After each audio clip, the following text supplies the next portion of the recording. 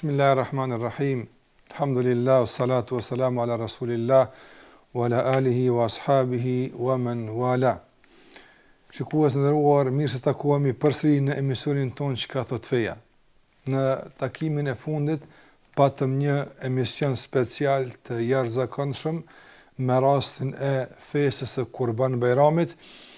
Andaj u detyruam që të trajtojmë tema që kishin të bënin me atë kohë dhe me atë fest, dhe ja pas kësaj feste dhe pas ti pushimi rikthehemi përsëri me lejen e Allahut të mëdhenuar, duke falëruar Zotin Xhella Xhelaluhu, duke kërkuar ndihmën prej Tij dhe duke kërkuar që Zoti Xhellahu Ala të na jap sukses dhe të na i fal gabimet tona.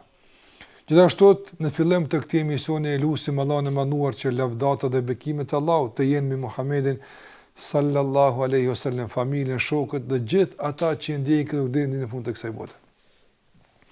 Jemi me emision e drejt për drejt dhe ju kujtohet, por është mirë që dhe ta përkujtojmë njëri tjetrin se jemi duke trajtuar një cikël të emisioneve në kuadër të një titulli që kemi vendosur që nga fillimi atje kur kemi filluar ta trajtojmë këtë temë. Fjala është për dukuritë negative, dhe janë të shumta dukuritë negative që janë të përhapura në shoqëri, por kemi filluar që të flasim, do të thotë jo me ndonjë renditje specifike, por duke menduar se ndoshta këtyre dukurive negative nuk u avëjnë veshin njerëzit shumë. Kur përmenden dukuritë negative, sikur që e kanë përmendur shikuar shumica e njerëzve, u shkon mendja për shembull tek alkooli, tek droga, tek vrasja.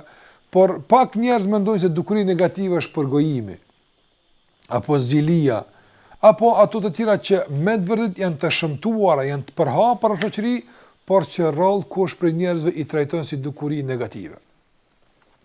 Prandaj edhe sonte do të flas për një dukuri negative fatkeqësisht që është përhapur më të madhe në shoqëri e që nuk duhet të jetë prezente në mesin tonë. E aq më pak kur kemi parasysh faktin se ne jemi musliman. Ne jemi ata që kemi besuar në Allahun xhallahu ala, në pejgamberin sallallahu alaihi wasallam, dhe duke ju referuar burimeve tona fetare, nuk ishte dashur që ne të jemi të përfshirë në këtë dukuri. Por ja ka ndodhur. Andaj duhet që ta trajtojmë brenda minutave që i kemi në këtë pjesë të parë të këtij emisioni, që të shohim se për çfarë dukurie bëhet fjalë. Kam përcjellim dukuri negative. Fjala është për mos përmbushjen e premtimit, mos mbajtjen e fjalës. Që fatkeqësisht, sikur që e përmenda, njerëzit sot me lehtësi japin premtime. Me lehtësi japin fjalë të mëdha. Do e bëj këtë, do ta bëj këtë, të premtoj se do të vi. Të premtoj se do ta kryej këtë punë, të premtoj se ta kthej borxhin, të premtoj se kështu e ashtu, por nga zbatimi dhe nga kryerja e premtimit nuk ka asgjë. Kjo është një dukuri e shëmtuar negative. Dhe si argument se është dukuri e shëmtuar negative, kemi argumente të shumta në Kur'an dhe Sunet. Fillimisht Allahu xhalla xhelalu vazhduar, shikues nderuar, vëllezër dhe motra, të gjithë që po na ndiqni, Allahu xhallahu ala në Kur'an na ka obliguar që ti përmbushim zotimet tona, ti përmbushim fjalët e dhëna. Wa awfu bil ahdi innal ahda kana mas'ula. Allahu thot në surën Al-Isra, dhe përmbushni zotimet e juaja, nga se për zotimet e dhëna do të keni përgjegjësi. I dërguari sallallahu alaihi wasallam ishte njeriu i cili më të vërtet është shembulli pa konkurrent këtë drejtim se sa i përmbahej premtimeve dhe zotimeve të dhëna Muhamedi sallallahu alaihi wasallam. Prandaj edhe e konsideroi shkelën e premtimit, mos përmbushjen e zotimeve, e konsideroi si një lloj hipokrizie. Madje I tha se është hipokrizi mos përmbushje e zotimeve dhe premtimeve. Çfarë tha me këtë rast I dërguari sallallahu alaihi wasallam? Tha shenjat e hipokritit, shenjat e njeriu dyftyrsh, munafikut, janë 4. Dhe cili do që e ka nga këto, e ka një degë prej degëve të hipokrizisë. Tha, kur flet gënjen, dhe me njerë pasaj çfarë tha? Kur premton nuk zbaton. I dërguari sallallahu alaihi wasallam shikues ndëruar, edhe praktikisht në dëshmoj rëndësinë e përmbushjes së fjalës dhe zotimit. Andaj, e dini shumë mirë se Muhamedi sallallahu alaihi wasallam me të vërtetë gjatë qëndrimit në Mekë kishte vuajtur shumë. Por edhe më tepër se ai kanë vuajtur edhe ashabët e tij. Dhe ishte me të vërtetë një situatë e vështirë për të, andaj u larguan ose thënë drejt ikën nga Mekë, u shpërngulën për në Medinë. Por ju të gjithë patë mundësi të shpërngullet në njëjtën kohë. I dërguari sallallahu alaihi wasallam u vendos në Medinë, e formoi shtetin e tij atje, dhe besimtarët tashmë ndiheshin të sigurt dhe të lirë në kryerjen e obligimeve që I kishin ndaj Allahut azza xal, në shprehjen e besimit që I kishin në Allahun xhallahu ala dhe në pejgamberin sallallahu alaihi wasallam. Por çfarë ndodhi me disa besimtarë që mbetën në Mekë e disa të tjerë që e pranuan besimin më vonë? Ata nuk patën mundësi që të shpërngulen. Andaj disa prej tyre mbetën në Mekë. Ata që shpëtuan të shpërngulen, padyshim se patën vështirësi teje të mëdha. 2 nga këta njerëz në Mekë që kishin mbet, I mësyen në Medinës. Dhe rrugës I kapën Kurajsht e Mekës. Shikoni, është gjendje lufte, është gjendje konflikti, dhe ata po bënin presion dhe dhunë mbi ashabët e pejgamberit sallallahu alajhi wasallam. Dhe këta njerëz po ikin për të dërguari. Po ikin për të I dërguari sallallahu alaihi wasallam. Dhe I kapën në rrugë Kurajsht e Mekës. Çfarë ndodhi? Kur I kapën në rrugë I thanë, ku po shkoni? Thanë, po shkojmë në Medinë, na pëlqen atje të shkojmë. Thanë, ju po shkojnë të bashkangjiteni Muhamedit alayhi salatu wasalam, që të na luftoni pasaj neve. Çfarë thanë këta 2 njerëz? Tha, besëm po u japim, se nuk do të luftojmë me te kundër juve. Ata e kishin sa për të shpëtuar për tyne, por u dhanë fjalën se nuk do të luftojnë kundër tyre. Dhe posa shkuan në Medinë tek I dërguari sallallahu alaihi wasallam, ishte gjendje gatishmërie, mobilizim për luftë me Kurajsht, ka sa ata tashmë ishin përgatitur për ta sulmuar Medinën. Dhe të dërguarit alayhi sallam I duheshin njerëz, nga se kishte pak njerëz.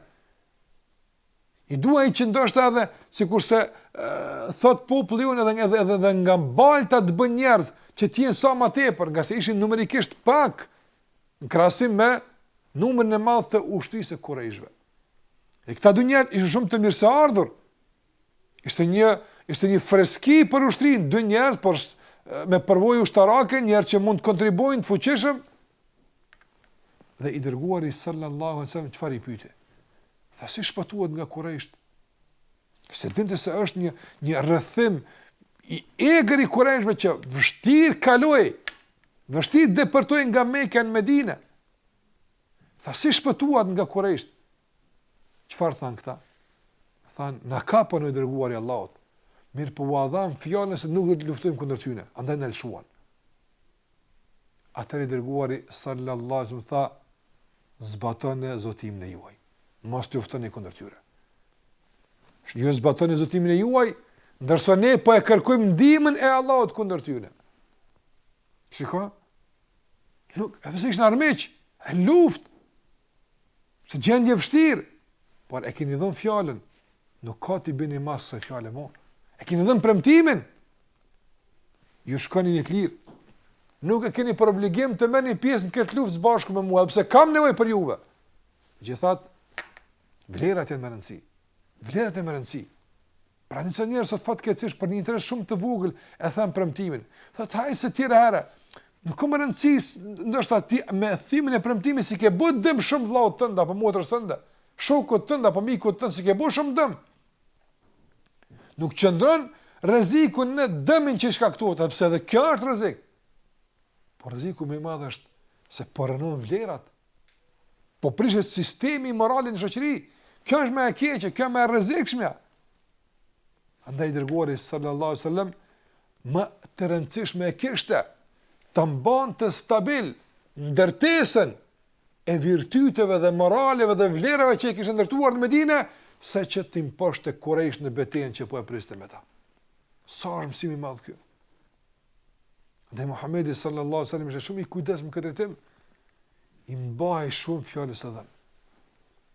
Nëse ne sot sikur të thash, shikojëruar, njeriu nuk heziton që ta gënjen mushtëriun e tij, apo ti premton se do t'ja sjell një mall caktuar, nuk ja sjell. Ndoshta punëtori i premton punëdhënësit se do të jetë korrekt në punë, do të jetë i sinqert e pastaj e thën premtimin. Por e punëdhënësi ndoshta i premton punëmarrësit se do t'i jap rrugën me kohë, do ta mban në punë, do të kujdeset për te, një varg premtimesh jap në marrëveshje dhe në kontratë, pastaj i thën dhe nuk i zbaton. Ma e keqja mbi gjitha është kur prindi i premton fëmijëve, ose mësuesi i premton nxënësve, ose i vjetri i premton të rinjve dhe e thën premtimin nuk e zbaton, pa arsye, nga neglizhenca, nga moskujdesi.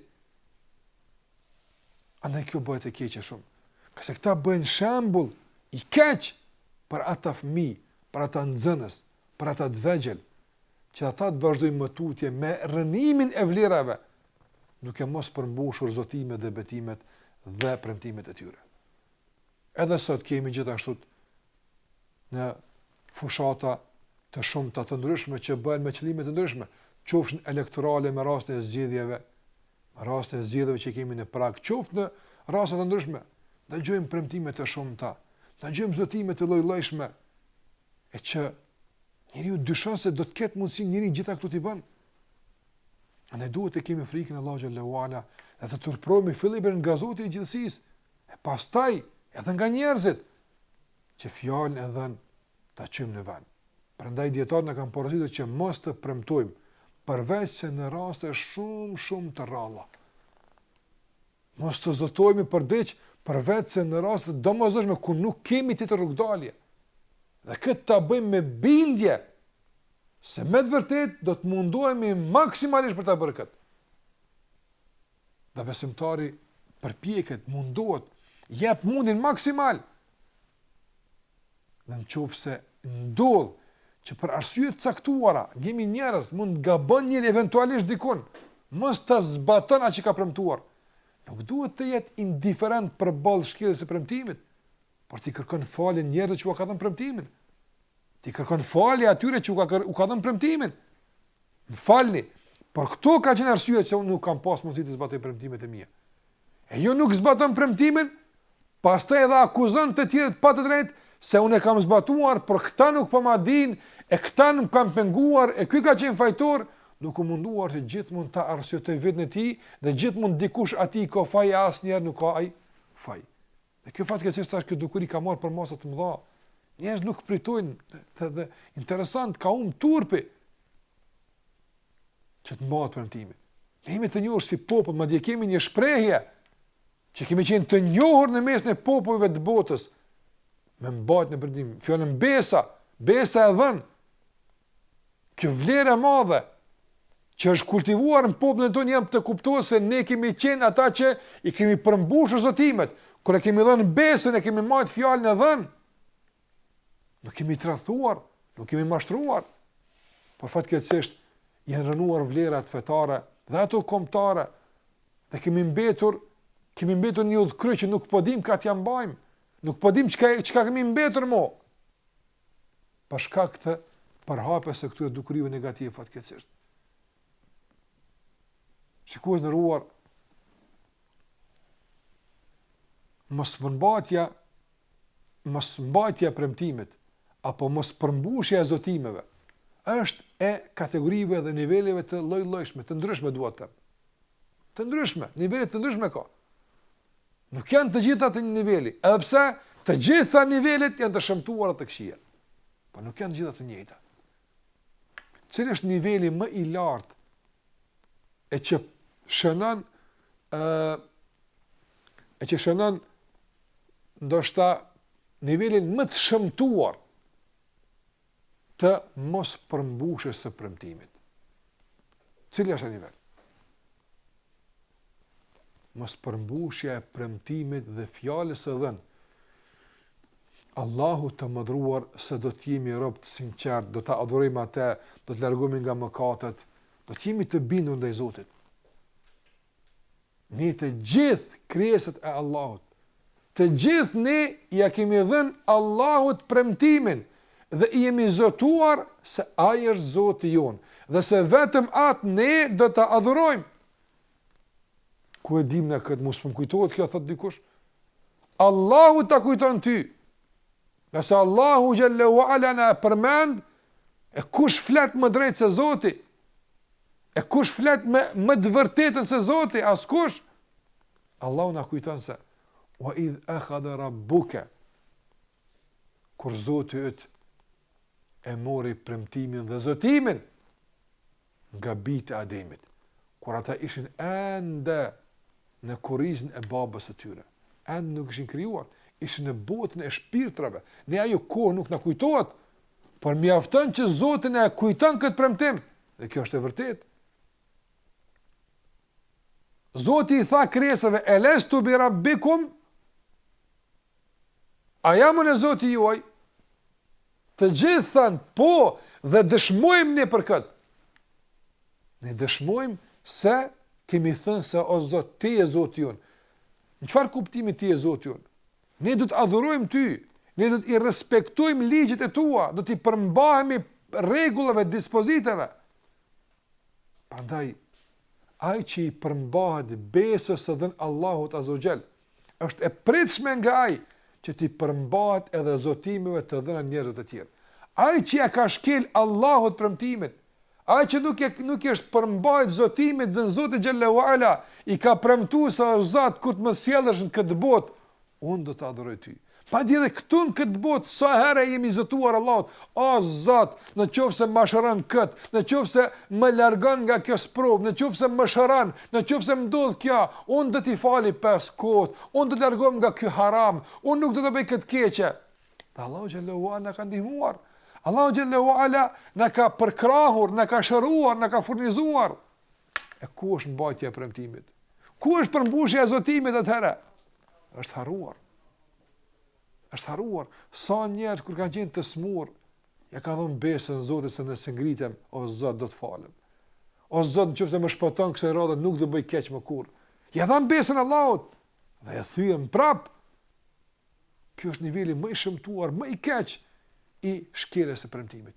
Andaj ai që ja shkel fjalën e dhënë Zotit, ai që nuk i përmbush zotimet e dhëna para Allahut mënduar, është e pritshme nga ai që të thënë zotimet dhe premtimet dhe betimet dhe të gjitha ato tjera të dhëna njerëzve të tjerë. Për këtë arsye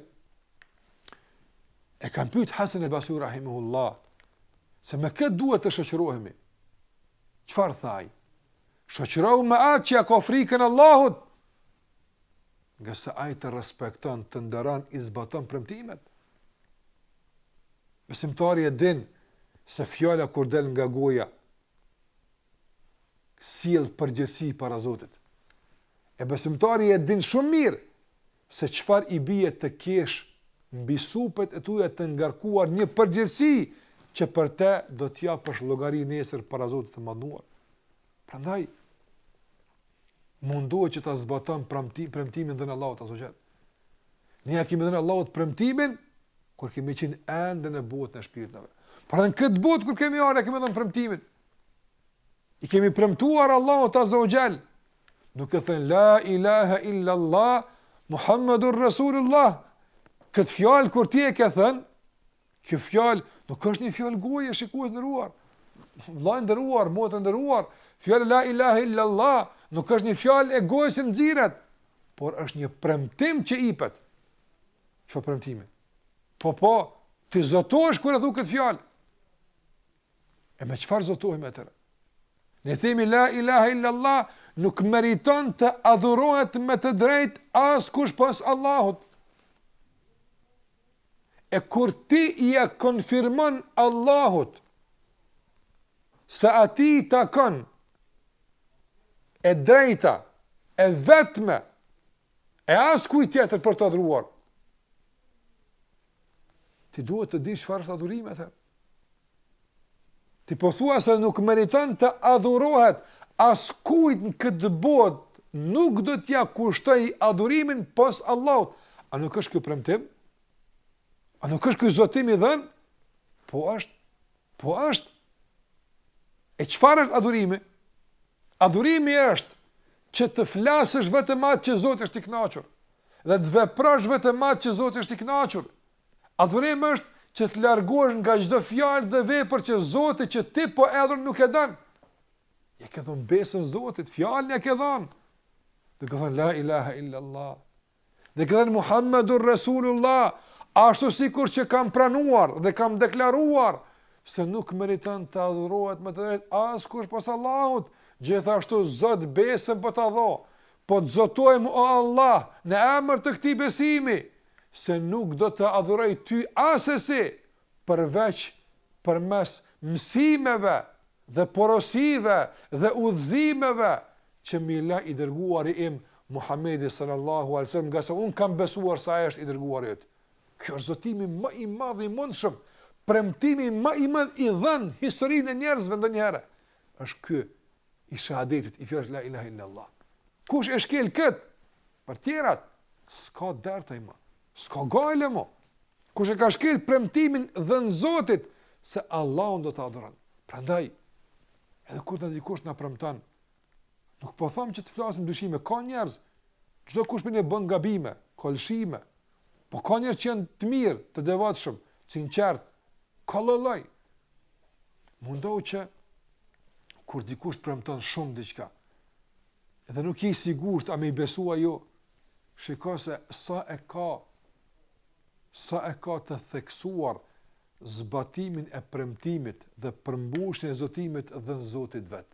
Se Allahu xhalla xhelaluhu ja ka shkel fjalën, atër është problem vëllai për neve, është shumë problem për neve. Ta që Zoti xhallahu ala nuk ka marrë fjalën, ja ka dhënë fjalën se kanë menguar se ngojnë. Ja ka dhënë fjalën se kanë janë ndjek pejgamberin se janë ndjekin. Ja ka dhënë fjalën se s'kan me bëj gjunaje, e bojnë gjuna. Nuk e di çfarë kuptimi kanë premtimin e tyre pas kësaj. Por lutë Allahu xhallahu ala që në mesin e njerëzve të bën që të ketë vazhdimisht njerëz të mirë dhe ka të mirë, ka të atill që premtojnë dhe zbatojnë, alhamdulillah. Ka të atill që japin tërë mundën e tyre që të çojnë në vend atë që kanë premtuar. Ndodh imi njerëz mund të jemi në situata të papërshtatshme, të paparashikueshme që na pengojnë për zbatimin e premtimit, por të dëshmojmë se jemi munduar maksimalisht e për atë që kanë ngelur pa u zbatuar të kërkojmë falje publikisht, ka se kjo është e kërkuar për neve që kundëruar si musliman që duhet ta bëjmë.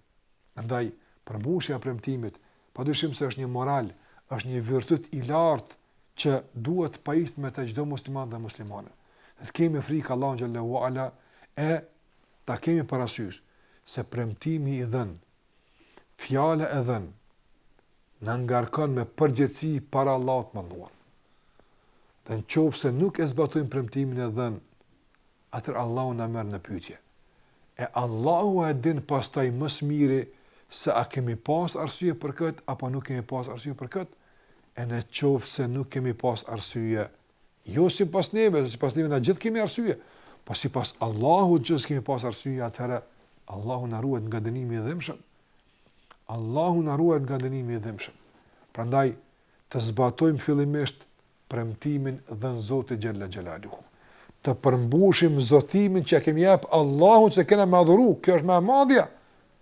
E pastaj në emër të këtij besimi, në emër të kësaj deklarate të madhe të besimit, të zbatojmë edhe premtimet edhe në njerëzve. Besimtari nderuar, motër nderuar, ju që jeni musliman, ndodhë që njerëz nga njerët dhe shpesher t'ju besojnë për shkak se faleni. Ndodhë që njerëz t'ju besojnë për shkak se kesh amin kokë. Ndodhë që njerëzit t'ju besojnë për shkak se jeni musliman. Keni frikë Allahun azza xal. Keni frikë Allahun xhallahu ala. Dhe përmbushni zotimet. Bëhuni korrekt. Që mos të kenë njerëz pastaj arsye të irritohen nga feja, të ftofen nga muslimanët për shkak se dikush prej neve nuk e ka zbatuar premtimin si duhet. Nuk e ka përmbushur zotimin si duhet. Sa njerëz kanë ndodhur që janë punësuar dikun, kanë qenë musliman, i kanë falë 5 vakte. Edhe është zotuar, se kur e nënshkruan marrëveshjen është zotim, ti po i premton se do t'i përmbush këto rregullat marrëveshjes. E pastaj i ka shkel dhe e ka dëbuar nga puna. Dhe ka njerëz që sot hezitojnë të marrën në punë njerëz që i falin 5 vakte. Për çfarë arsye? Për shkak se 2 apo 3 kanë qenë jo korrekt, pa sinqert, e kanë shkel premtimin, e kanë shkel zotimin, dhe njerëz nuk kanë më në bazë të çkafe të besojnë. Të kemi frikë Allahun xhallahu ala, kemi përgjegjësi të shumëfisht për shkak se njerëz na besojnë në emër të besimit në Allahun që kemi. Dhe kjo duhet na bën që edhe më tepër të jemi korrekt. Jo vetëm vendin ton, por edhe në diasporë, edhe jashtë kur shkojmë të punojmë dhe kudo që të jemi korrekt, të përmbushim premtimin, i themi dikujt se në kaq ora do vimi, i themi dikujt se këtë ta zbatojnë këtë ditë, i themi dikujt ta përmbushim si duhet, dhe të themi se kështu na ka mësuar feja jon. Kështu na ka mësuar pejgamberi sallallahu alaihi wasallam. Nuk e kam zbatuar këtë premtim, nuk e kam përmbushur këtë zotim për shkak të frikës, as për shkak dënimit, as për shkak të interesit, jo për këtë, por vetëm për shkak të frikës ndaj Allahut azza xal dhe për shkak të edukatës që ma ka dhënë i dërguari Muhamedi sallallahu alaihi wasallam. Sa do ta përhapnim Islamin subhanallahu me këtë virtyt të lartë që na ka mësuar pejgamberi sallallahu alaihi wasallam. Ajo sot fatkeqësisht fjala shumë e madhe, inshallah, në dash Zoti, kjo fjalë shenjtë, kjo fjalë shumë e madhe është devalvuar nga plot nga muslimanët për shkak se kur thot inshallah do të thotë nuk e krijm aftë. Sa keq që njerëz më kuptu kështu. Qysh tha që e krym premtimin? Qysh tha? Tha inshallah, zvjen, me garanci zvjen. Me garanci sa kryn. Subhanallah. Sa kjo të merr, kjo fatkeqësi e madhe që na ka kapluar që të devalvohet deri në këtë shkallë. Fjala inshallah. Përmendje e emrit të Allahut. Në emrin të Allahut po i premton, po i zotosh dhe po e shkel, çka jetë më soi e shenjtë mo? Në emrin të çkafit mbet me të besu mo. Të kemi frikë Allahun xhallahu xhelaluhu. Kemi problem si musliman. Por kur dikush në emrin të këtij Islami që kemi na beson për premtimin e dhënë, atëherë duhet shumë fish më tepër të japim mundën, të angazhohemi që ta zbatojmë këtë zotim. Kemi premtuar se kështu do të del. Kemi premtuar se kështu të është. Po s'pata mundësi, mos premtoatër, thuj do të mundohem, nuk po të premtoj. Do të angazhohem, nuk po të premtoj. Atëherë këtë diçka tjetër.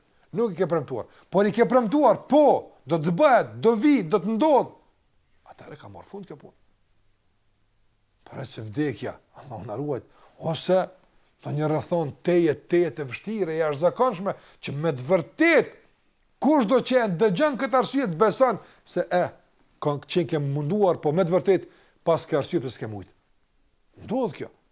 Pa kjo mos bëhet tradit, mos bëhet përditshmëri, mos zbatimi i premtimit.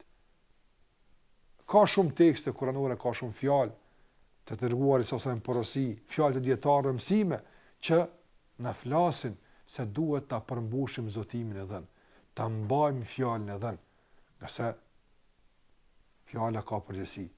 Andaj të ruhemi çfarë po flasim, të ruhemi çfarë po premtojmë, qase njerëzit mund të harrojnë, njerëzit mund të mashtrojmë, po çfarë i themi Allahu xhallahu ala për premtimet e dhëna, që në bazë të këtyre premtimeve kemi fituar ndoshta në aspektin ekonomik, para, kemi fituar autoritet, kemi fituar pushtet, në bazë të premtimeve kemi fituar. Të ndoshta njerëz nuk kanë pas mundësi të na marrin pastaj atë që na e ka dhënë për shkak të premtimeve. Dhe në këtë botë mund të kalojmë disi. Por çfarë i themi Allahut nesër? Çfarë i themi Allahut xhallahu ala për fjalët e dhëna? Për premtimet, për zotimet? Allahu na ruaj. Ndërsa Allahu xhallahu ala që edhe këtë dukuri negative që është përhap në shoqërinë tonë, Zoti xhallahu ala të na largoj. Timi nga ata që flasin drejt, flasin sinqert, i përmban premtimeve, i përmbushin zotimet dhe janë me të vërtet nga robët e sinqert të Allahu xhallahu ala që para së gjithash mundohen dhe përpjekën që zotimin dhe betimin dhe fjalën dhe Allahu xhallahu ala se do të adhurojnë, do të largohen nga mëkati i saktuar, do të pendohen sinqerisht tek Allahu xhallahu ala, ta çojnë në vend këtë premtim fillimisht e pastaj mos të lën asnjë premtim, as zotim që ua kanë dhënë njerëzve pa e zbatuar dhe pa e përmbushur. E aty ku ndoshta natyra njerëzore na imponon që mos kemi mundësi ta kryejmë ndonjë zotim, atëherë të kërkojmë falje dhe ta kompenzojmë në ndonjë rast tjetër atë që nuk kemi pas mundësi ta bëjmë më herët. Allahu na ruaj, sikur na ruar, dhe na bëf nga ata që me të vërtetë janë të pajisur me vlera të larta të moralit, me virtyte të larta dhe i ndërtojnë shtëpijet e tyre dhe shoqëritë e tyre mbi këto vlera dhe virtyte. Allahu na ndihmoj në këtë rrugë dhe na dhash sukses. Kjo është ajo që pata dëshiroj ta them në këtë pjesë të këtij emisioni. Këtu shkputemi shumë shkurt me lejen e Zotit mënduar dhe pastaj rikthehemi përsëri inshallah në pjesën e dytë të emisionit me inkuadrimin e juaj përmes telefonatave andaj na ndiqni Zoti ju shpërblet.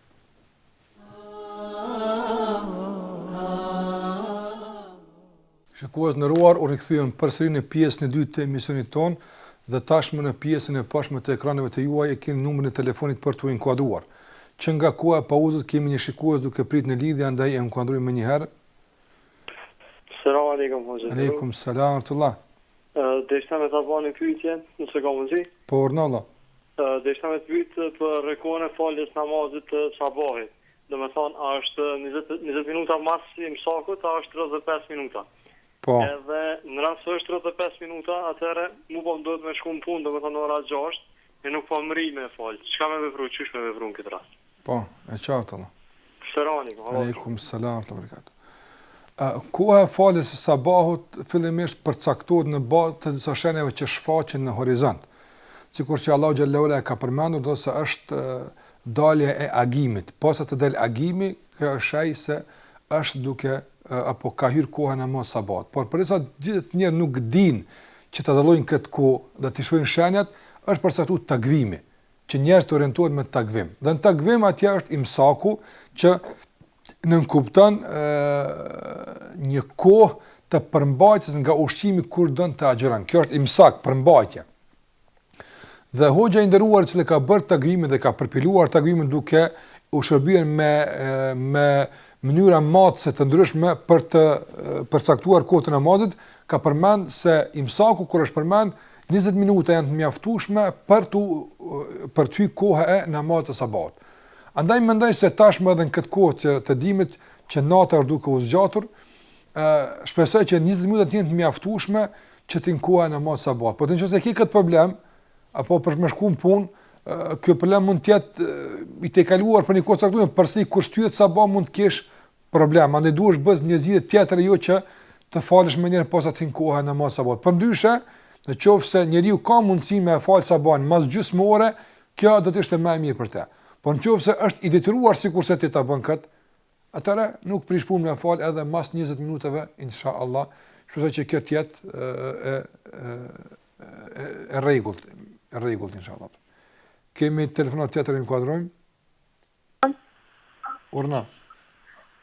Kam një pyetje për juve.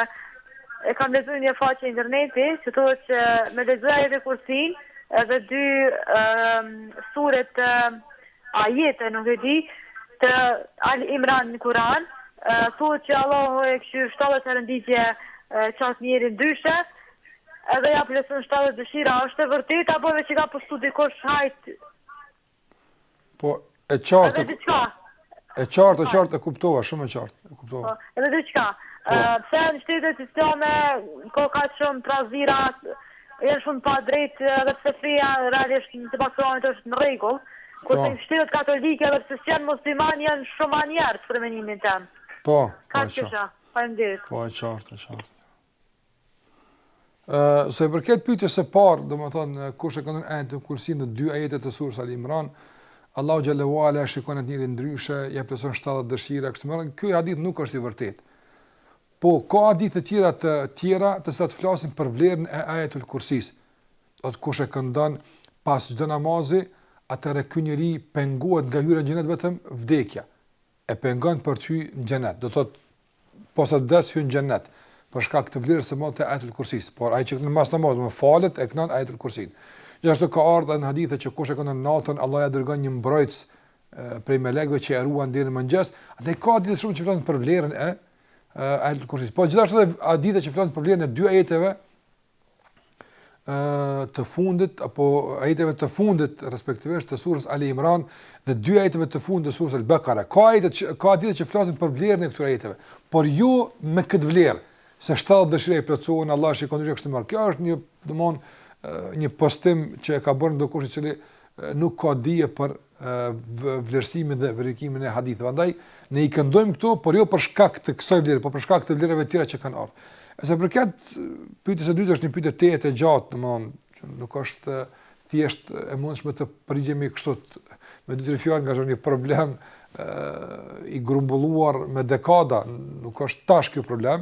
Dhe e dyta mendoj që ne duhet që të jetojmë në 2 botrat, do të thotë në botën perëndimore dhe atë në lindjen e mesme tek muslimanët, e që pastaj të japim vlerësime. Ne për botën e Islamit dim vetëm nga televizioni, apo dhe ne shohim atje vetëm rrahje, vrasje, ndëgjojmë për zullome kështu me radhë.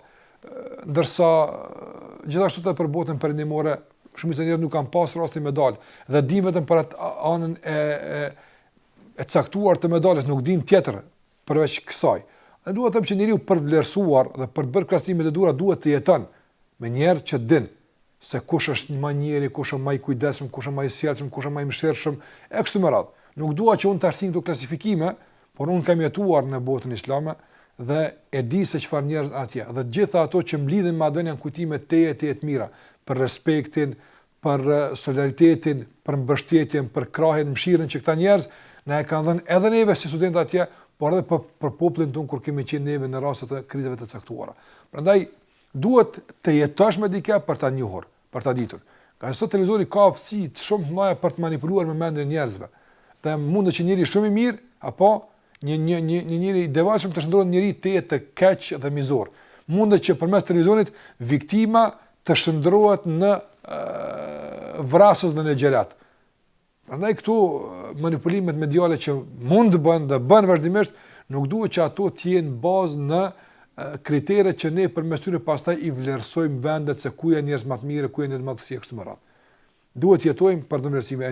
Mendoj që po të kishe pas rastin pak me jetu në botën arabe, në çfarë do vani, do ta kishe pas një opinion ndryshe. Ma mërmendja sikur që e kam unë, dhe shumë ata të tjerë që kanë jetuar në ato vende dhe kanë pas rastin të kenë lidhje dhe kontakte me njerëz të asaj bote.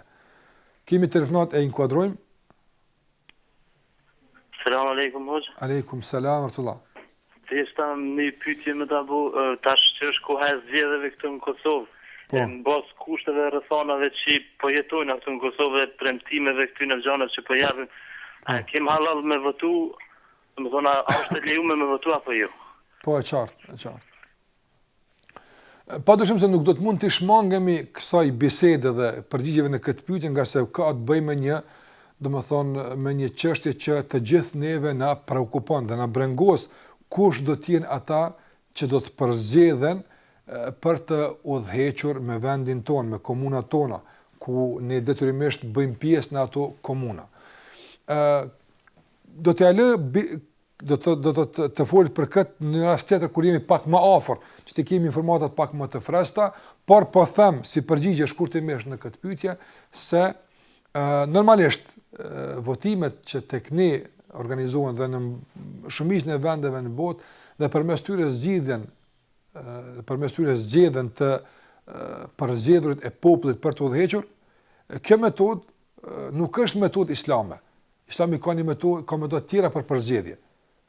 Por ne si musliman Përderisa nuk kemi mënyrë tjetër për të përzgjedhur do të thotë udhëhecit tanë, dhe ata që shpresojmë që do të udhëheqen, dhe kjo është mënyra e vetme, atë ne detyrohemi që këtë ta bëjmë, që ta favorizojmë dhe përzgjedhim atë që e dimë se është më i miri, më i drejti, atë që është më i sigurti, atë që më tepër më i përmbush zotimet dhe perëndimet e tij. A ka kësia, nuk ka, kjo është çështje tjetër.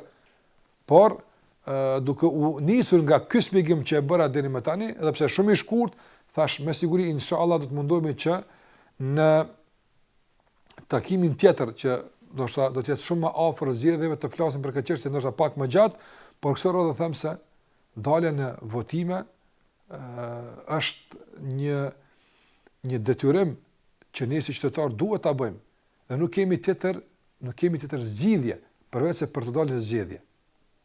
Kjo është zgjidhja vetme, nuk ka tjetër alternativë. A ka tjetër mënyrë tjetër për ta përzgjedh dikën që ti mendon se duhet më të udhëheq, përveç se përmes rrugës? Nuk ke. Në qoftë se shfrytëzon këtë mundësi, mund të ndikosh. Por nëse nuk është në këtë mundësi, atëra gjithsesi do të keq përdoret vota jote. Dole apo nuk dole, ti ke votuar. Dole apo nuk dole. Në qoftë se del, ke votuar për dikën që ti e preferon. Nëse nuk ke dal, me siguri vota jote do të shkon për dikën që atje dikush do ta dirigjon që të shkon diku tjetër. Prandaj mendoj se në këto rrethana ne si musliman duhet të mobilizohemi dhe që atyre të cilët do të nuk i kanë zbatuar premtimet ndaj neve si musliman dhe gjithashtu do të thotë përcaktimi i tyre politik nuk i shërben interesit të muslimanëve, atëherë duhet që nuk kemi tjera mënyra ne për të ndëshkuar këta njerëz, përveç se përmes kutive të votimit. Prandaj këtë mund ta bëjmë kësaj radhe, që ti përgjithësim ata të cilët me të vërtetë në mënyrë dinjitoze na përfaqësojnë, e kanë dëshmuar se janë të përkushtuar për të mbrojtur interesat tonë, dhe janë të përkushtuar për të na ndihmuar në të gjitha problemet që ne si popull ballafaqojmë me to. Zoti na ndihmoft në këtë rrugë, dhe na mundsoj që të na udhëheqin njerëz e drejtë, ata të cilët ja kanë frikën Allahut mënduar dhe ruan nga të këqijat dhe e kanë parasysh përgjegjësinë e madhe që e marrin mbi supet e tyre atëherë kur u besohet një detyrë e kësaj natyre. Kemi telefonat tjetër e inkuadrojmë. Selam aleikum, hoqë nderuar. Aleikum selam. Po, no. Do dëshiroj të më tregoni disa shkaqe që ne duhet t'i ndërmarrim të pastrojnë zemrat tona. Pasi që tani më e dim se femrat janë më të prekur nga zilia, lakmia edhe përgojimi, gjë që fol edhe në pjesën e parë të emisionit. Cila është rruga që ne duhet ta ndjekim në këtë aspekt? Po, e qartë. Selam aleikum. Selam. Kjo është një temë shumë, do të thotë, e gjerë, dhe mendoj se është temë më të rëndësishme që duhet të preokupohet me të çdo besimtar dhe besimtare. Pastrimi i zemrës, ta pastrojmë zemrën nga veset e këqija që na pengojnë, që ta kemi zemrën e pastër, me të cilën shpresojmë që të shpëtojmë tek Allahu mënduar. Prandaj lakmia, zilia, dhe gjithë ato që e ngulfatin zemrën nga mëkatet e shumta, janë gjëra që duhet besimtarët dhe besimtarët të largohen prej tyre. Por si ta bëjmë këtë? Kjo duhet të jetë një emision ose një cikël emisionesh që duhet të flasim për të. Por po them fillimisht duhet që të njihemi me këto vese. Të njihemi, dituria është e para që na duhet në këtë drejtim. Dituria. Jo që nuk e din çka është zilia, nuk e din sa është shëmtuar zilia, nuk e din sa shumë dënohet njëri me zili, dëmet e saj, nuk mund të largohet prej saj. Ka se sa njerëz mendojnë se veprimi i tij nuk ka zili, është natyrshme, normale, kjo e lejuar është. Kjo nuk ka lakmi e keqe, mirë kjo. Andaj kemi do të fillimisht për dituri. Atë dituri që na ndihmon të njohim gjërat, të dallojmë mes asaj që është e lejuar dhe mes asaj që është ndaluar. Kjo është e para që duhet ta bëjmë. E dyta, që duhet ta bëjmë, duhet përpiqemi vazhdimisht. Dikush të punon, përpiqemi vazhdimisht. Allahu xhallahu ala thot: "Walladhina jahadu fina lanahdiyannahum subulana." Ata të cilët përpiqen për t'ia dalë në këtë rrugë, për të arritur tek Allahu xhallahu ala me zemër të pastër, Allahu do t'ju ndihmojmë që t'ia dalin. Shikoj këtë përkrahje, po kush përpiqet, kush mundohet, do të luftë vazhdueshme. Dhe kjo është një luftë që ka shumë betejë.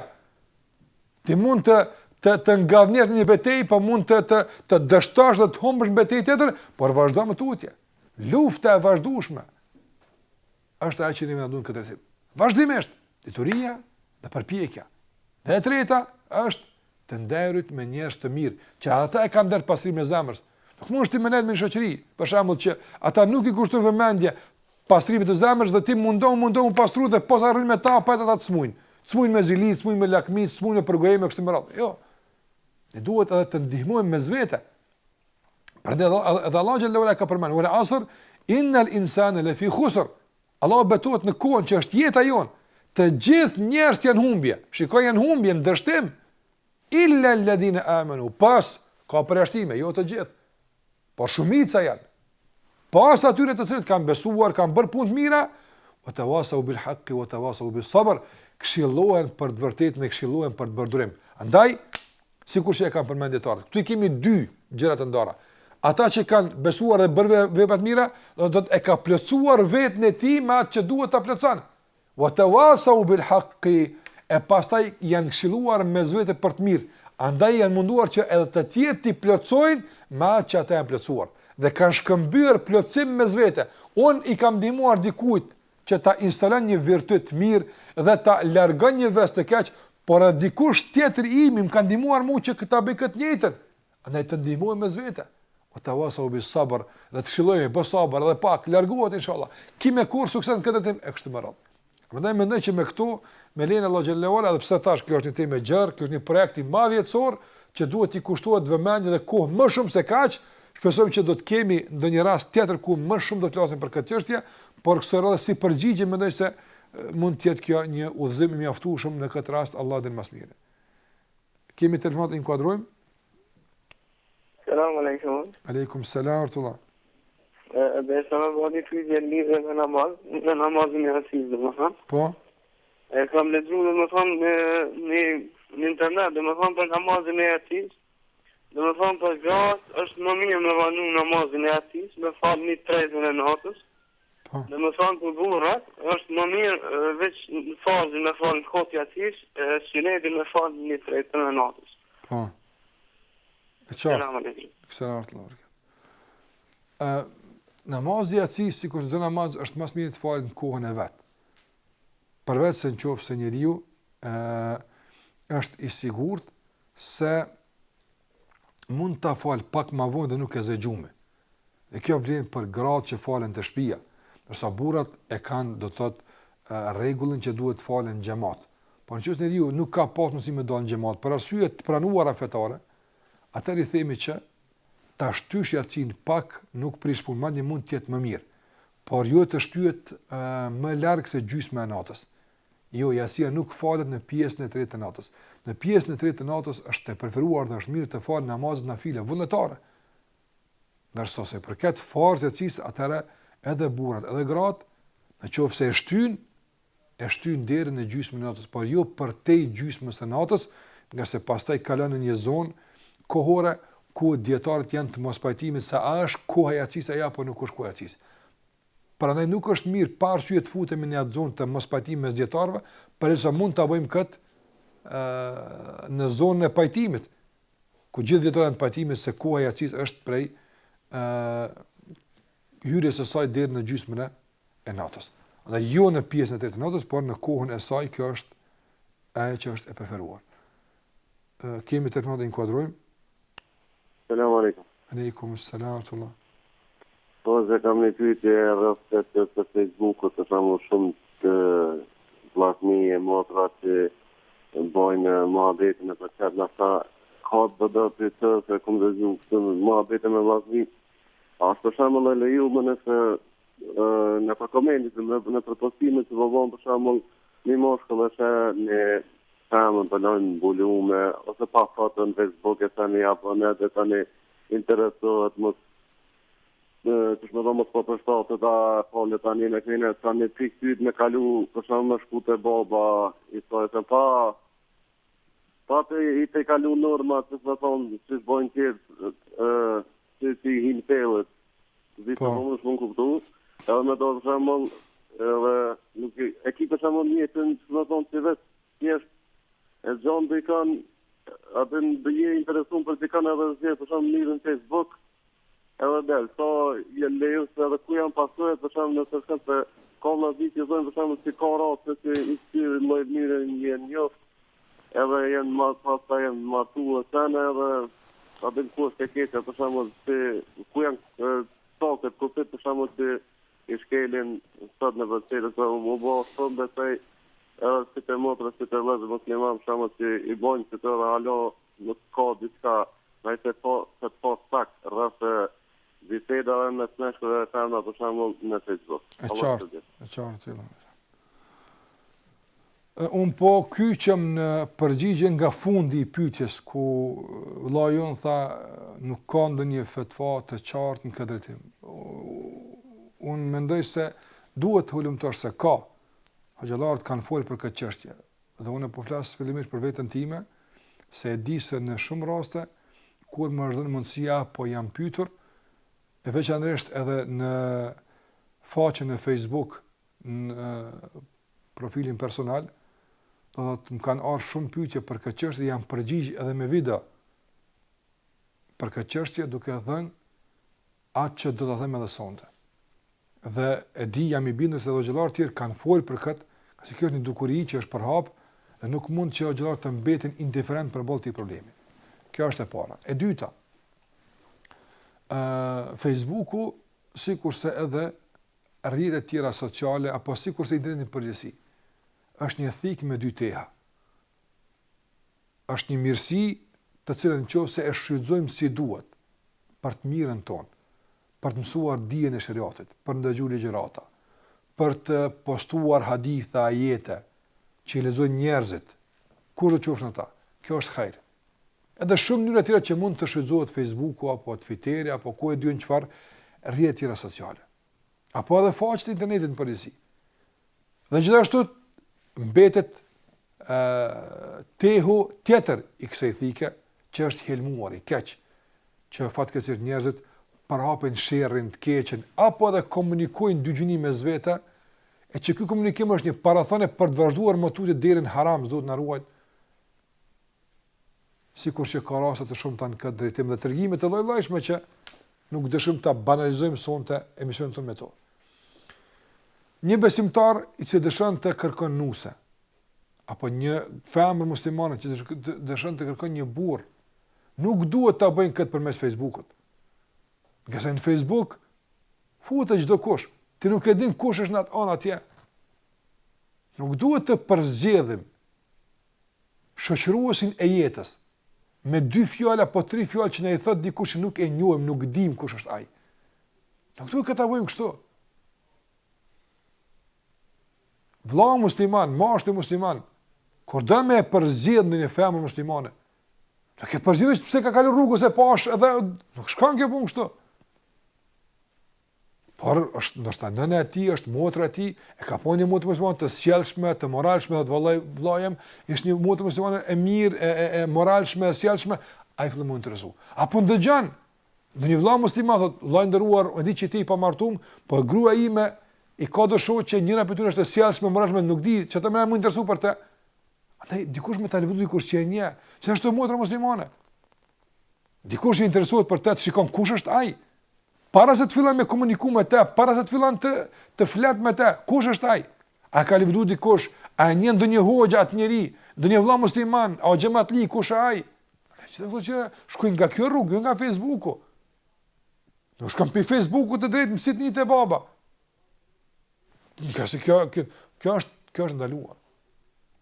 Atë unë kam bërë apel disa dhe kam thënë, se duhet që të largohen dy gjunit nga komunikimi i drejtpërdrejt mes vete në Facebook pa nevojë. Si e çka bune, kush je, kush kove, s'ka nevojë këto gjëra. Largohet për këtyre gjërave, pa nevojë. Nga se këto sillin sherr të madh. Po, për dikën që zinaja nuk është kur gjë, për dikën që vetmia e mashkullit të huaj me femër nuk është kur gjë, për ta kjo fjalë duket e madhe kjo fjalë. Çka po thotë hoxha? Por na që e dim se sa e shëmtuar është zinaja, na që e dim se sa e urren Allahu vetmin mes dy gjinive që nuk e kanë të lejuar vetmonë, ne duhet të flasim kështu. Jemi të obliguar të flasim kështu.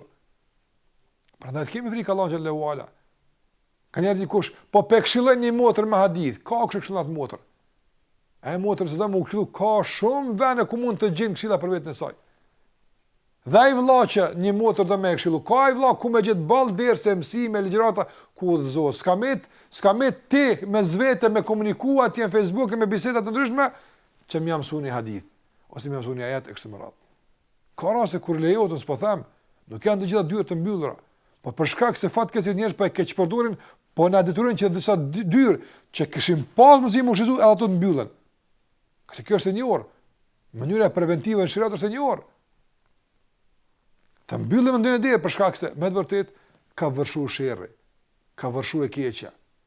Është përhap gënjeshtra, është përhap mashtrimi, mungesa e devotshmërisë, mungesa e diturisë. Wallahi ka bërë gjitha këto gjëra që duhet shumë të ruhemi të kujdesemi. Prandaj unë porosoj që të largohemi nga komunikimi drejt për drejt me zgjinive. Të largohemi dhe të postojmë se kena pasur ligjërat që ka mundësi çdo kush më u kyç. Hadith që ka mundësi çdo kush më lexues, prish punë. Edhe pse hin aty femrat të lexojnë, mashkullt të lexojnë, prish punë. Por jo komunikim drejt për drejt. Si ai e mirë, dje e postova, nuk di e lexove kët, nuk di fjalë tëra çka shkruajnë, po puna më imagjinu se si kanë mundësi me zhvillu muhabetin, fillimisht për islam e pastaj fillon gradualisht edhe për gjëra personale, do të thotë sikur që e pash një ditë do të thotë një grup i muslimanëve që problemet e muslimanëve i satirizojnë, i paraqiten në mënyrë satirike. Dhe si një musliman i shtaku, kjo është mënyrë të vizatuar normalisht, e imagjinuar.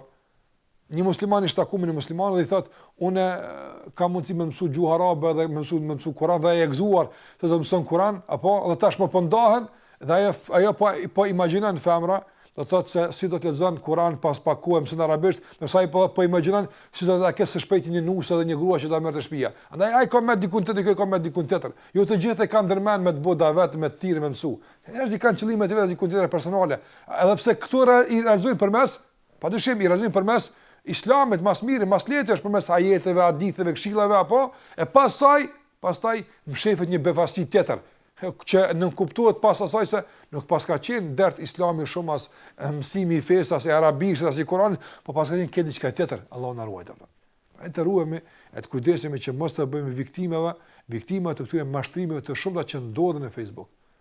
Ka sa edhe ka ndodhur, ka përvojë që na kanë treguar njerëzit se ka ndodhur se në anën tjetër të kompjuterit nuk ka qenë fare gjinia që ke menduar ti.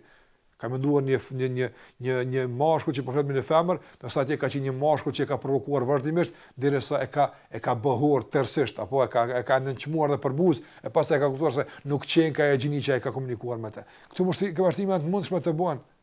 Andaj nuk duhet që të bëjmë viktimë të kësaj, po të largohemi nga këto gjëra, ta përdorim këtë begati që Allah na ka mundsuar për të mirë, sa të kemi mundësi, ose të largohemi prej saj, nga se ka dhe mundësi tjera dhe ka rrugë dhe alternativa tjera që mund të ndjekim. Prandaj mos të provokojmë besimin ton, as moralin ton, mos të provokojmë fytyrën ton, nderin ton, përmes këtyre rrjeteve që dinë të jenë shumë të rrezikshme. Allah na ruaj. Kemi telefon të inkuadrojmë.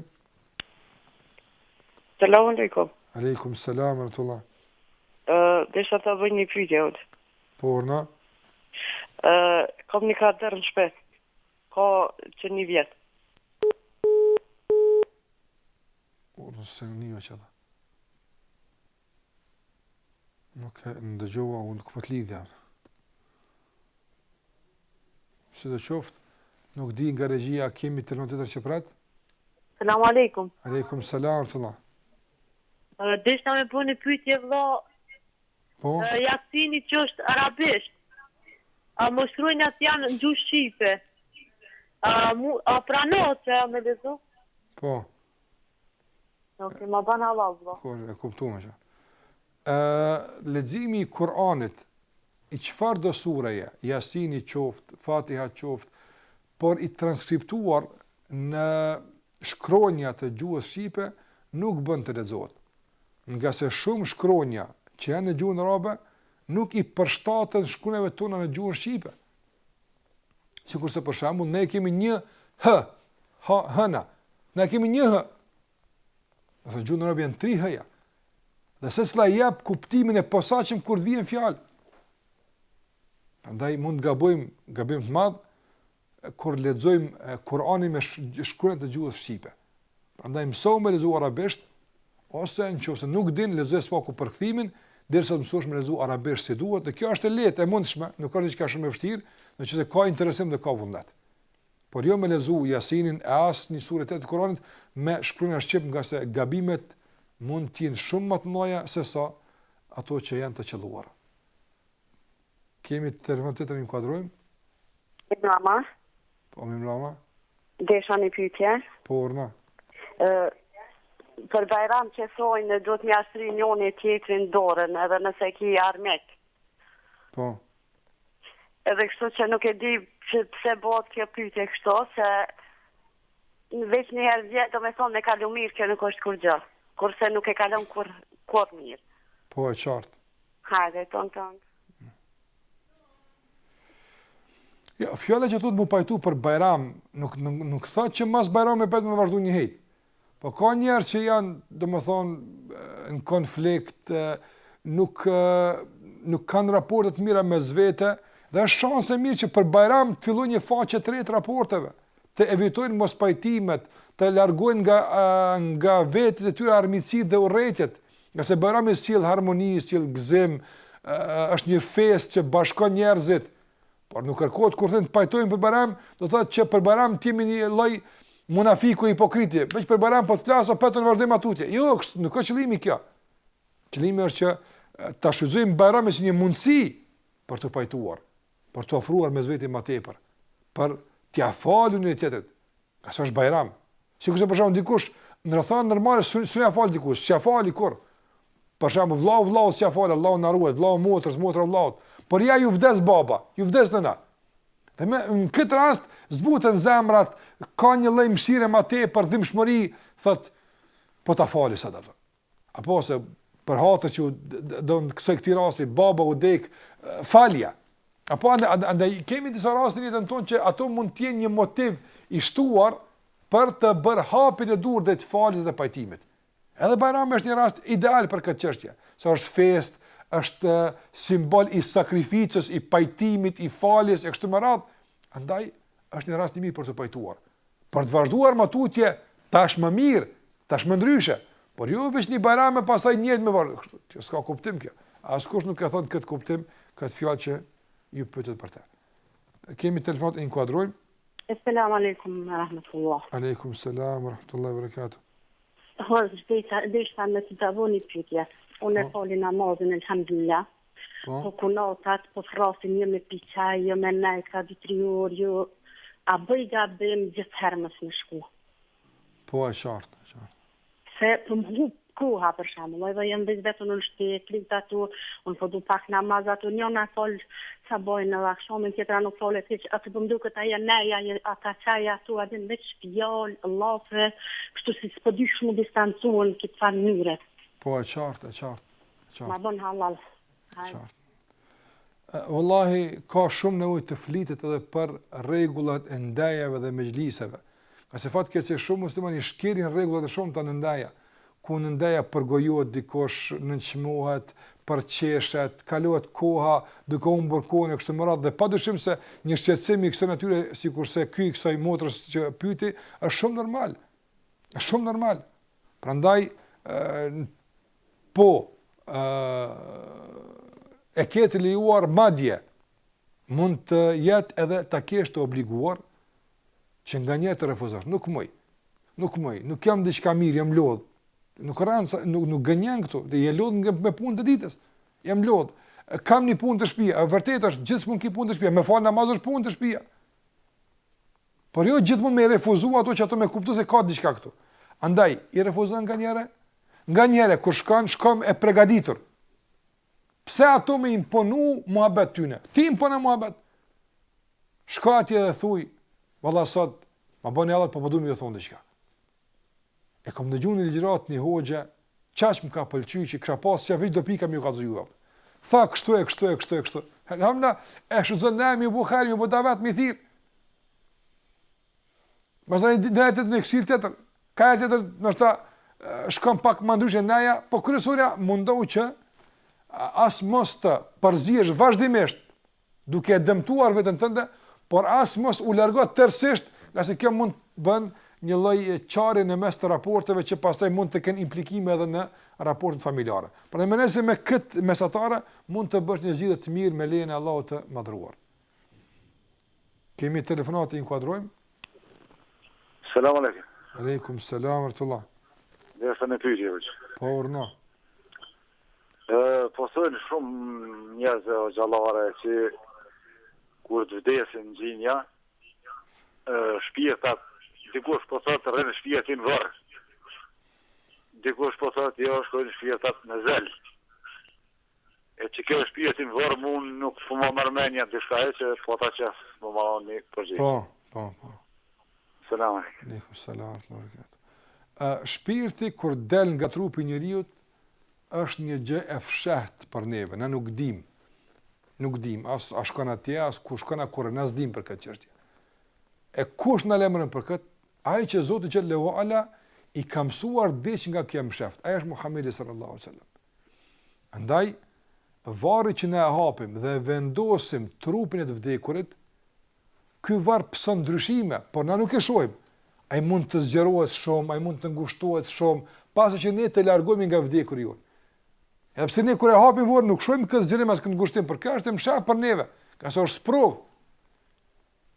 Andaj ka në hadith në Berra ibn Azib radhiyallahu ta'ala anhu, i cili flet për udhëtimin e gjatë të shpirtit pas daljes tij nga trupi. Ku i dërguari sallallahu alaihi wasallam në një rast kur e vorrosën një të vdekur, atëherë u ol pranë varrit të tij dhe u sqaroi dhe u ashtjelloi gjerësisht do të thotë udhëtimin e shpirtit që nga dalja deri në stacionin e tij të fundit në botën e varrezave. Nga se udhëtimi nuk ka përfunduar me vdekje. Është një jetë në varreza. Pastaj është ringjallja dhe pastaj është llogari dhënia dhe pastaj është hyrja në xhenet apo Allahu na ruaj në xhenem. Asa për këtë jetë në varreza është një jetë që në varreza ato, që ata thuhet jeta në varreza. Apo në arabisht barzakh i thuhet një jetë mes dy jetave, mesatare, mes kësaj jete dhe jetës së amshushme. Është një jetë në mes, jetë në varreza. Në këtë ditë i dërguari sa ka përshkruar se shpirti del, shkon këtë qiell, del para Allahut, hadithi i gjatë kthehet pastaj në varr. Dhe qëndron jo tek trupi, po qëndron mbi trupin, do të thotë në një mënyrë që ne nuk e dim si ndodh kjo. Ne nuk e dim as botën tjetër si është. Ne nuk mund ta kuptojmë as jetën varrez si ndodh kjo punë. Po na ka lemur për këtë pejgamberi sallallahu alajhi wasallam. Andaj shpirtet e të vdekurve kthehen në varret e tyre, jo në trupat e tyre, por kthehen në varre. Dhe atje këta shpirta përjetojnë ose shpërblimin ose përjetojnë dënimin. Edhe pse si bazë dietarëve, dënimin e shpërblimin kohë pas kohe e përjeton edhe trupi, por në esencë dënimi dhe shpërblimi në varr, do të thotë në esencë bie mbi shpirtin, i cili është në varr. Kjo është ajo që duhet ta dim. Gjithashtu na ka lajmëruar pejgamberi sallallahu alaihi wasallam se në varreza njeriu këtij shpirti do të thotë i vije një shoqërues. Në qoftë se ka bërë punë mira, shoqëruesi është në pamjen e bukur dhe në fjalët e këndshme dhe i thot kush je ti që në këtë vetmi më shoqërove, më gëzove, më kënaqe. Thot unë ana amaluka salih. Unë jam puna jote e mirë, ke bo mirë, Allahu xhallahu ala më ka bërë që të jem në formën e mirë dhe unë kam të shoqëru. Ne ke bien varr që është. Dhe gjithashtu nëse është i keq, Allahu xhallahu ala ja çon njerit shëmtuar me fjalë të këqija, shoqëruesi i keq. Thot kush je ti që kët gazab, kët situatë të rënd, vërtet që jam, po ma vërtet edhe më tepër. Thot unë jam vepra jote e keqe, ke bërë keq, e ke shoqëruesin e keq. Allahu na ruajt dhe na mundsof që të kemi jetë të këndshme në varreza dhe llogari dhënie të lehtë për Allahut dhe hyrje në xhennet. E inkuadroni telefon tjetër? Urnani? Alo, mi mroma? Mroma. Selam aleikum, hoq. Aleikum selam, rahmatullah. Jam një gru, nuk kam fëmijë që 20 vjeç. Po? që ku po shkoj mjek, po më thoj mirë, po më thoj vëgjallar, po më thoj në kitë bone, nuk po më me di ku më drejtue. Po, e qartë. E qartë e kuptoj, sa i përket këtij problemi, do të thotë mundesh që tek regjia pas përfundimit të emisionit ta marrësh numrin e telefonit të një hoxhe të besueshëm që kontakton me të, shkon te ai, inshallah besoj që nëse ki diçka për asaj që ka po thua, do të bëhet zgjidhje me lejen e Allahut Madhënërit, do bëhet zgjidhje. Ka shumë që kanë shkuar tek hoxhallarët e dur, por jo tek magjistarët, jo tek falltorët, jo tek hajmaliat e të dëbomet e tek shkrirja e plumit e kështu me radhë, por tek hoxhallarët e shkolluar, të kualifikuar që me Kur'an dhe me dua dhe me lutje të mësuara nga Muhamedi sallallahu alajhi wasallam i shërojnë me lejen e Allahut xhallahu ala këto probleme. Dhe ka shumë raste që kanë shkuar dhe tash ata kanë fëmijë edhe pse nuk kanë pas, ndoshta më tepër se 20 vite apo 30 nuk kanë pas fëmijë, kanë fëmijë pas këtij trajtimi që kanë bërë tek hoxhallarët.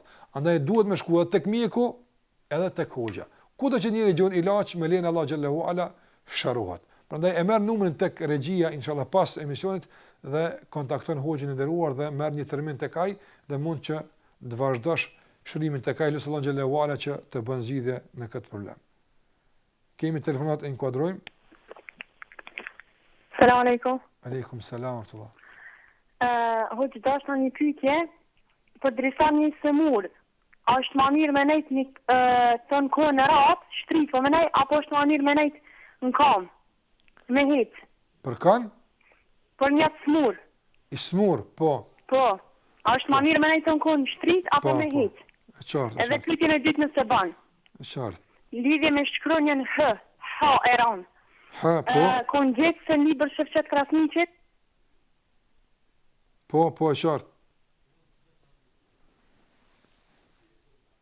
Si duket, regjia nuk e di a kemi ndën lidhje apo jo, që duket ka ikur për lidhje. Se përket pyetjes parë, unë me të vërtet e respektoj, domethënë, besimin e juaj që t'ju japim përgjigjen të gjitha ato që ju keni probleme dhe intereson, por me të vërtet kjo nuk ka të bëjë me mua. Fetarisht i smuri duhet të sillet ashtu si është më e lehtë për të. I smuri duhet të sillet ashtu sikur është më e lehtë për të. Do të thotë, nëse është më lehtë për të më nejt i shtrir, rënë shtrir, më lehtë ka më nejt në këmbë, pa problem, nuk ka diçka fetarisht këtu që duhet njëri ti përmbahet asaj. Do të thotë mendon se valla unë e di prej ka kanë ardhur probleme. Do të thotë se njerëzit kanë besuari të ndryshme. Dhe njerëzit tash fatkeqësisht janë të vërshuar nga shumë besutni dhe e di që mendojnë se mos fetarisht sa më shumë tjek, më shumë sevap kia kështu me radhë, ose e di që në disa raste edhe është thënë se i smutë duhet më nejt në kom me tregu se është i kënaqur me caktimin e Allahut e nuk pi dërzot. Jo, s'është kjo, nuk ka të bëjë kjo me aspektin fetar absolutisht. Do të thotë nëse ka më lehtë më nejt street, ka nevojë me ngit këm, gjitha këto bën sipas udhëzimeve mjekësore në përputhje me do të thotë mundësinë e pacientit dhe shërimin e tij. Se përket pyetjes dytë për shkronjën H, nuk e di çfarë u desh të pyetet me këtë rast, nga se u ndërpe lidhja, shpresoj që të inkuadroni me ndonjë rast tjetër, inshallah. Kemi një tjetër inkuadrim, inkuadrojmë? Selam aleikum. Aleikum selam wa rahmatullah. Kam mësi një pyetje. Po, Rënal. E kom lexuar në thënie e pejgamberit alayhis salam që thotë që futët janë përqarë në 71 grupe, të krishterët 72, kurse imeti im do të përqarë në 73 grupe. Po. E thotë vetëm një prej tyre do të shpëtoj, tjerë do të jenë në zjarë. Po. Për shembull, kur disa bidote që kem në pak, sa janë ndihshme aty gjatë dhekët, gjatë doos, me xhamat sa me. Po. Që ti mos punojnë ndrojnë kursin që ti përmendi ka një herë. Andim kështu. Po, e qartë. Selam aleikum. Aleikum salam.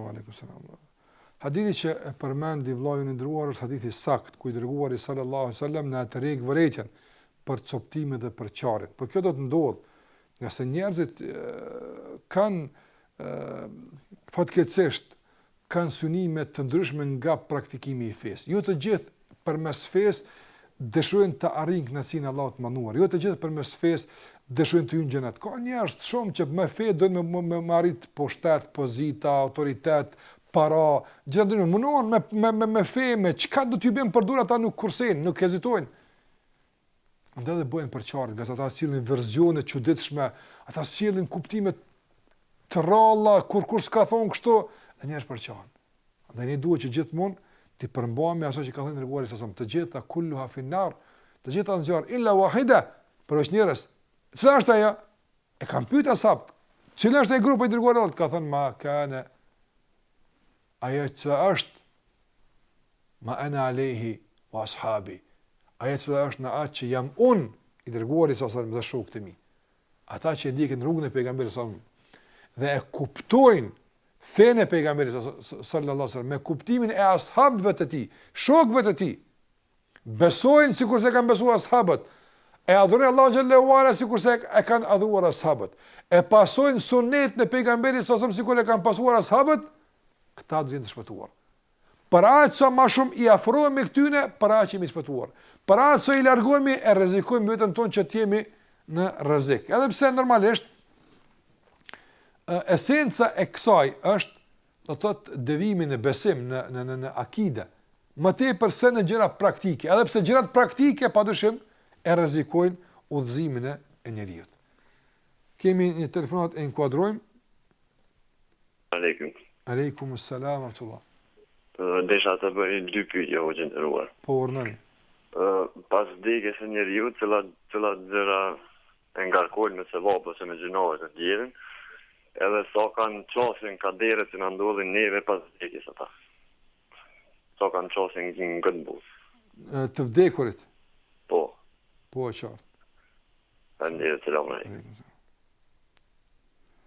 Ase përket kur vdes njeriu, padyshim se mbyllet fletorja e tij e veprave. Dhe mbyllet mundësia edhe për të bërë mirë edhe për të bërë keq. Përveç se në raste të saktuara. Ka përjashtime. Kur është ajo? Fletorja e veprave të mira mbetet e hapur në 3 raste. Ka thënë pejgamberi sallallahu alaihi wasallam, në 3 raste.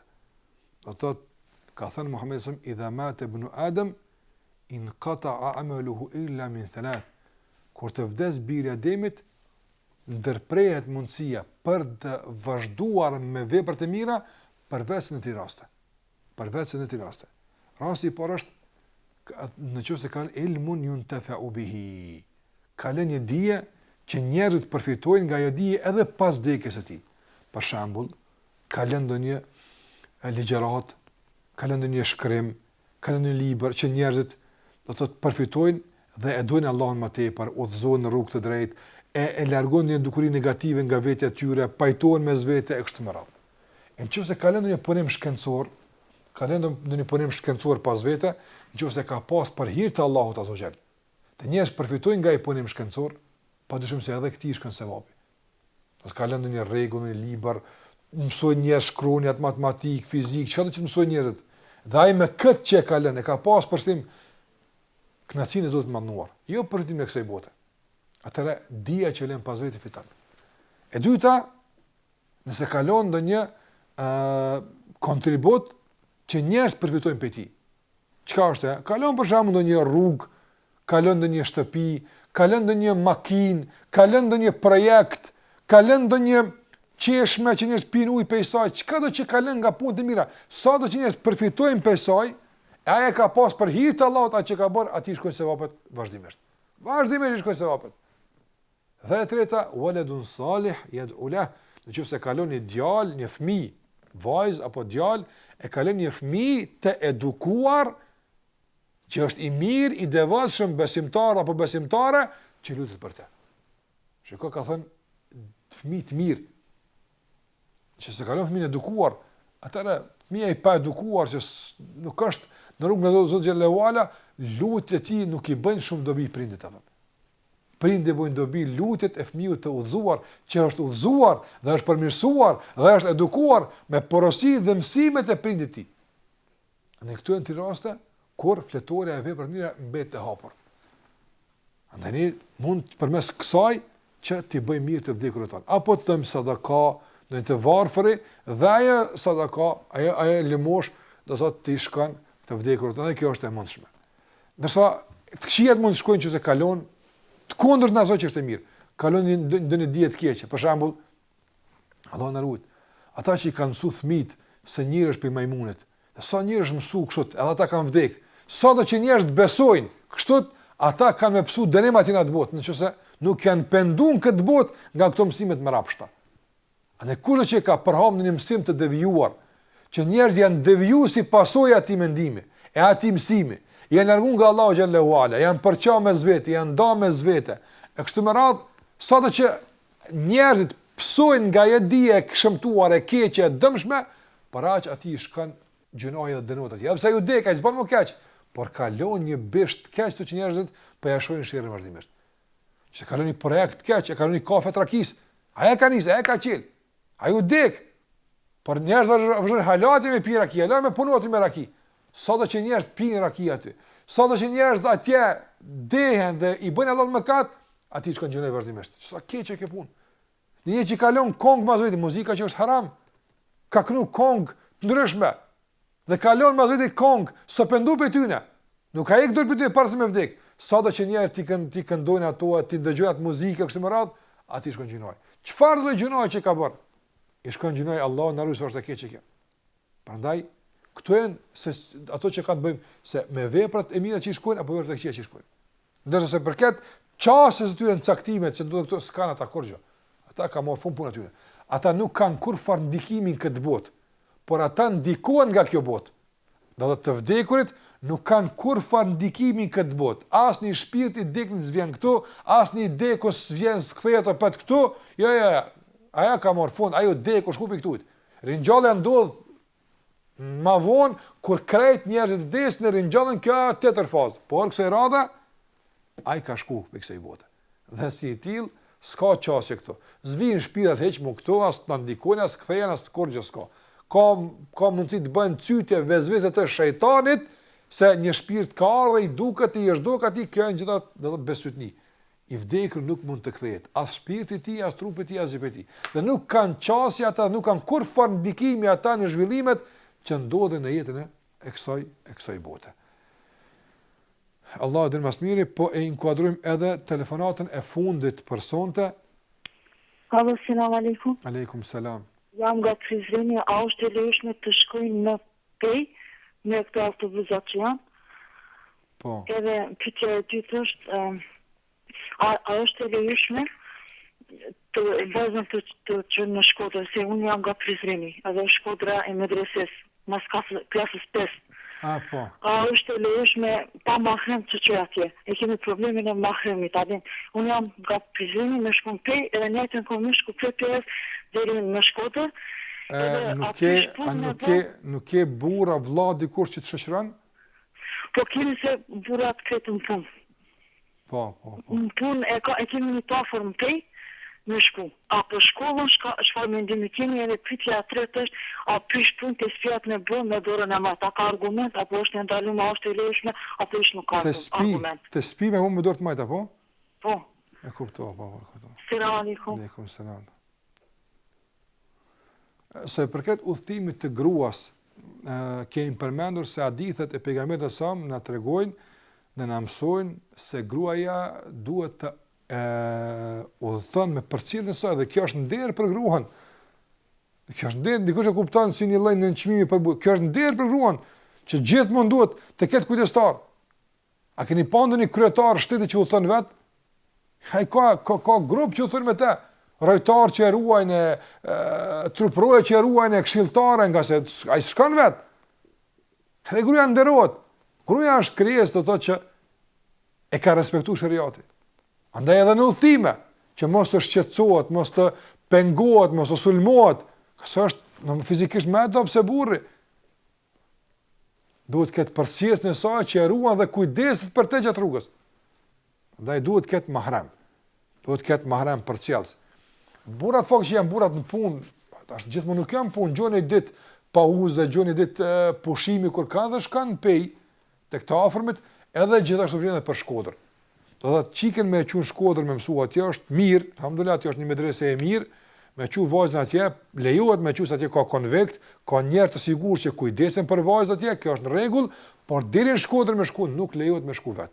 Femra nuk lejohet me u thu deri atje vet, duhet të ketë përcjelljen e vet dhe pyetja e fundit të spi me dorë të majt, disa dietar nuk e kanë preferuar, ndërsa disa të tjerë e kanë lejuar. Mendoj se në qoftë se njeriu ka nevojë të bën të spi me dorë të majt, për shkak se e ka të zënë dorën e djathtë, atë nuk prish punë ta përdor edhe dorën e majt për të spi, qase nuk kemi ndonjë argument që ndalon të bërit të spi me dorën e majt.